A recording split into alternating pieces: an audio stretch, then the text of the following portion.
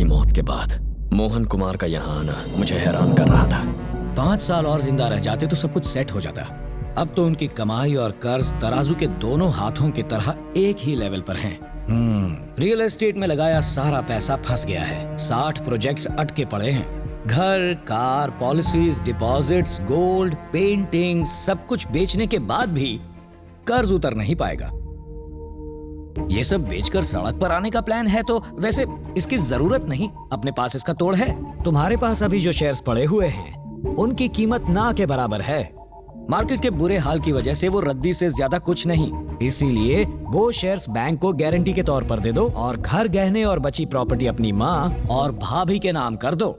अब आगे की जिंदगी 100 करोड़ की प्रॉपर्टी से काट लो। कर्जदारों से कह देना कि तुम्हारे पास पैसे नहीं है। ज्यादा शोर या तमाशा करे तो कह देना कि तुम्हारे बाप के लिए हुए कर्ज से तुम्हारा कोई लेना देना नहीं। कंगाली का दावा करके सिचुएशन से किनारा कर लेना।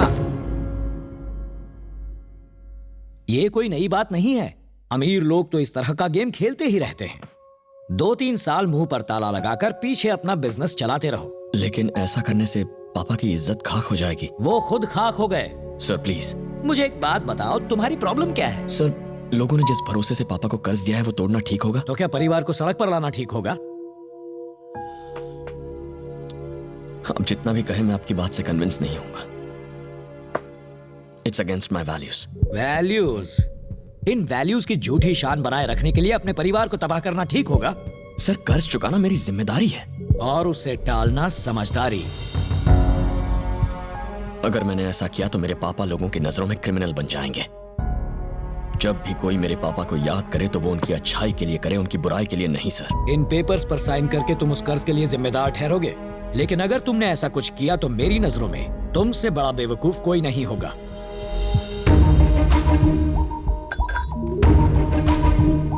$300 करोड़ एक सिग्नेचर से फैसला हो जाएगा कि तुम वाल्केश्वर में रहोगे या मीरा रोड में, रोल्स रॉयस में घूमोगे या बस में धक्के खाओगे, होटल में खाना खाओगे या मंदिर में। ये एक सिग्नेचर तुम्हारी किस्मत पलट सकती है, इसलिए एक बार फिर से सोच लो।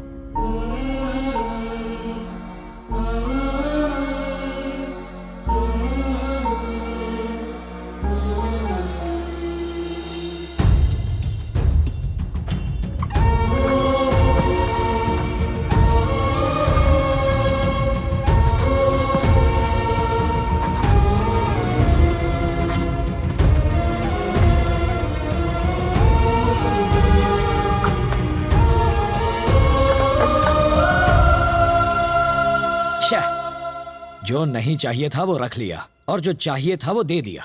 जज्बात में बहकर ये तो अपने होशो हवास खो बैठा है। अब तुम अपनी बेटी की जिंदगी का फैसला सोच समझ कर करना।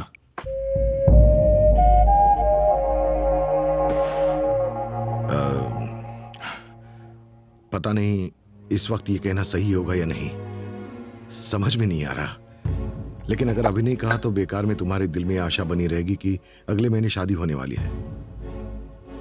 ये सगाई टूट चुकी है। अपनी मां से कह देना। पल्लवी,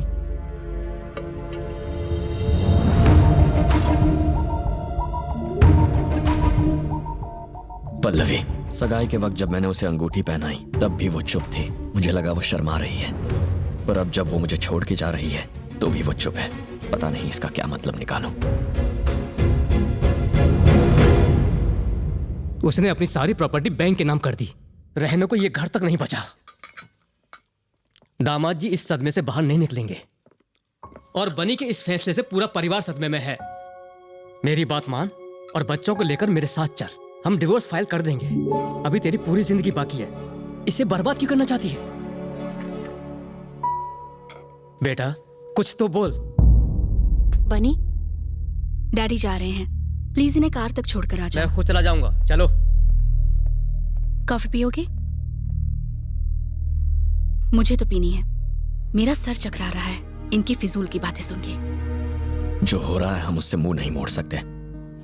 भाभी के पास यहाँ से जाने का मौका था, लेकिन फिर भी उन्होंने हमारे साथ रहने का फैसला किया। पैसे वापस करने के लिए उन्होंने अपनी घड़ी, अपने सारे गहने तक दे दिए। इतने बड़े दिल की औरत को मैं क्या दे सकता हूँ? चाचा।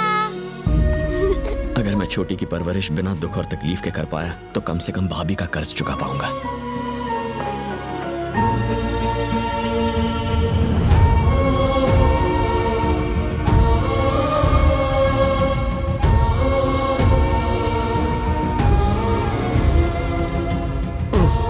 इस 5 सीरीज BMW में लेग स्पेस बहुत कम है। बाबा से कह के एक 7 सीरीज BMW ले लेंगे। ठीक है भैया। 1 करोड़ की लॉटरी में भी 30 लाख टैक्स कट जाता है। इसलिए कहते हैं लक बिना डिस्काउंट के नहीं मिलता, लेकिन बैड लक बोनस के साथ मिलता है। क्यों?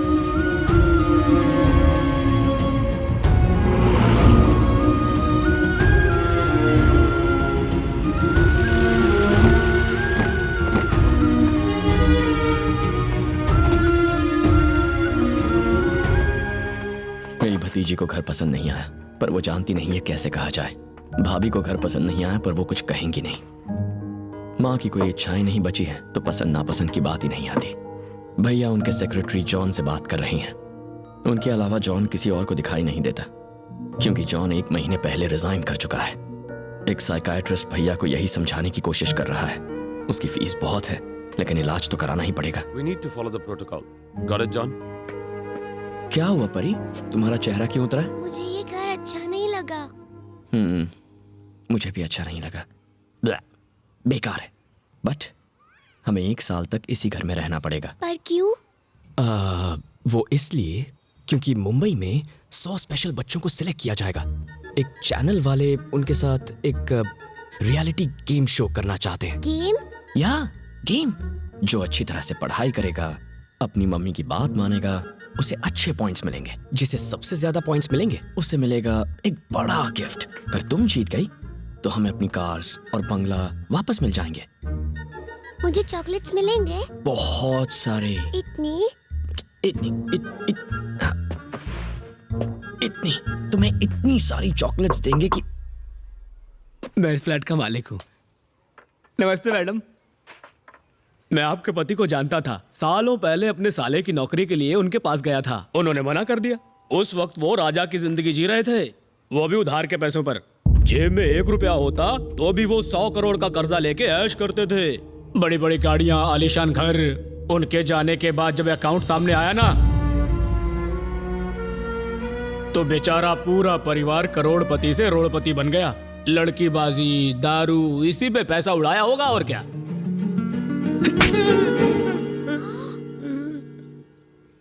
पापा के जाने के बाद अब मजाक कांटे की तरह चुभता है। शायद आपके इस गंदे जोक पर पहले मैं हंस लेता। चाय कॉफी कुछ पियेंगे? वक्त पर किराया मिलता रहेगा, यहां आने की जरूरत नहीं है, please.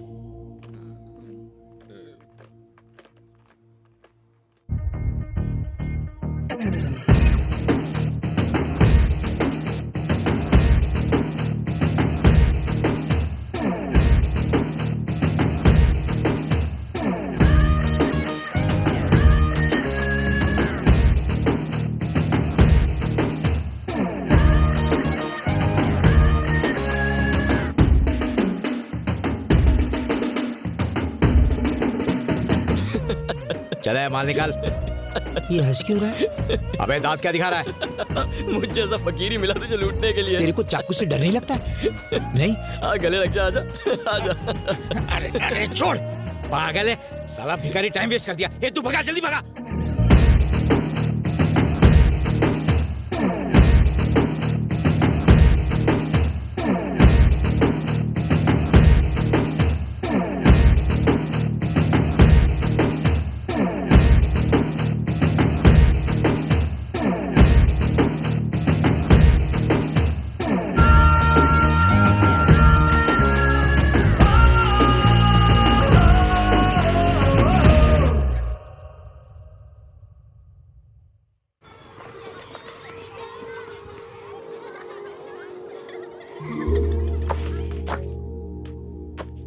Normally she is good, लेकिन ये किसी रियलिटी शो में पार्टिसिपेशन की बात कर रही थी और आपके वाल्केश्वर वाले घर में चैनल वाले ठहरे हुए हैं और आपके कार शोरूम को सेट की तरह यूज कर रहे हैं। और वो ये भी कह रही थी कि 1 साल बाद जब शो खत्म होगा तो आपको आपकी सारी चीजें वापस मिल जाएगी।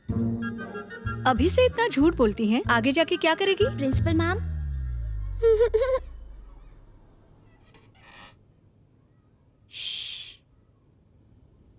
आपके परिवार में किसी को मेंटल या साइकोलॉजिकल प्रॉब्लम्स हैं? प्रॉब्लम्स किसको नहीं होती हैं, लेकिन प्रॉब्लम के बावजूद काम करते रहना यही एक सक्सेसफुल बिजनेस की पहचान है। हमारी कंपनी की ग्रोथ एक साल में 50% से ज्यादा हुई है। हमने मार्केट में 400 करोड़ लगाए हुए हैं। एक साल के अंदर हमारे शेयर प्राइसेस 2 नहीं पूरे 3 गुना बढ़ेंगे। I hope you up. तुम कौन हो? ये मेरे कैबिन में क्या कर रही है जॉन? सही कह रहे हैं, मैं समझ गई। एक्सक्यूज मी, या टर्म फीस बाकी है, ट्रांसपोर्ट, बुक्स और बाकी खर्चे मिला के 2 लाख होते हैं। 2 लाख मंथ एंड तक भरनी होगी। Month and? आप भूल ना जाए इसलिए हम फिर से याद दिला देंगे। जरूरत नहीं पड़ेगी। रकम इतनी बड़ी है कि भूल नहीं पाऊंगा और वक्त इतना कम है कि याद दिलाता रहेगा। आप फिक्र मत कीजिए।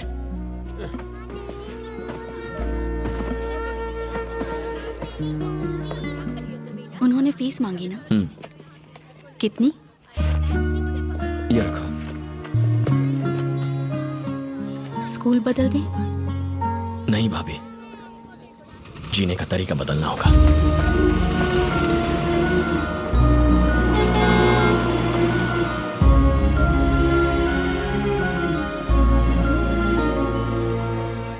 जेब में 200 रुपए नहीं है और तुझे 2 लाख चाहिए? शाबाश, क्या बात है। ऐसे में दोस्त भी फोन उठाना बंद कर देंगे। फोन काट और मुझे चैन से जीने दे। ओए, क्या हुआ, जा क्यों रहा है? मेरी भी कहानी कुछ वैसी है जैसी अभी तू फोन पर सुन रहा था। तुम्हें भी लोन चाहिए? मंथ एंड तक। शांति से बैठकर बात तो कर ले। चल बैठ यार। अब मेरी बात सुन, अगले हफ्ते ऊटी में मुझे एक वेडिंग अरेंज करनी है। Thank you. तुझे पूरा अरेंजमेंट देखना है और एक सोलो परफॉर्मेंस देना है। एकदम सिंपल है, वैसे ही जैसे हम लोग कॉलेज में करते थे। तू तो इसमें किलर है यार। बस हो गया? अभी नहीं हुआ है। उसके बाद तुझे शादी में सबसे अच्छे से बात करनी है, मतलब जैसे तू कॉलेज में लड़कियों से बात करता था। बस कर यार। कर दिया, ये ले। ये साला कुछ नहीं बोला। पहले मेहंदी और फिर संगीत। साले शादी में टुन होकर नाचते हैं और 1 से 2 होकर लाइफ की बजा देते हैं। तुझे बस वहां रहकर सब मैनेज करना है और कुछ नहीं। लास्ट में वो तुझे 10 लाख का चेक देगा। 5 लाख तेरे और 5 लाख मेरे। ओके?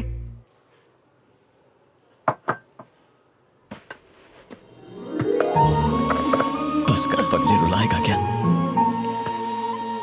मुझे लगा कॉलेज की दुश्मनी की वजह से तू मेरी मदद नहीं करेगा। है, कुछ भी बोलता है। दोस्त हूँ तेरा, जान भले ना दे सकूं, पार्टनरशिप तो दे सकता हूँ। जा मजे कर। थैंक्स यार।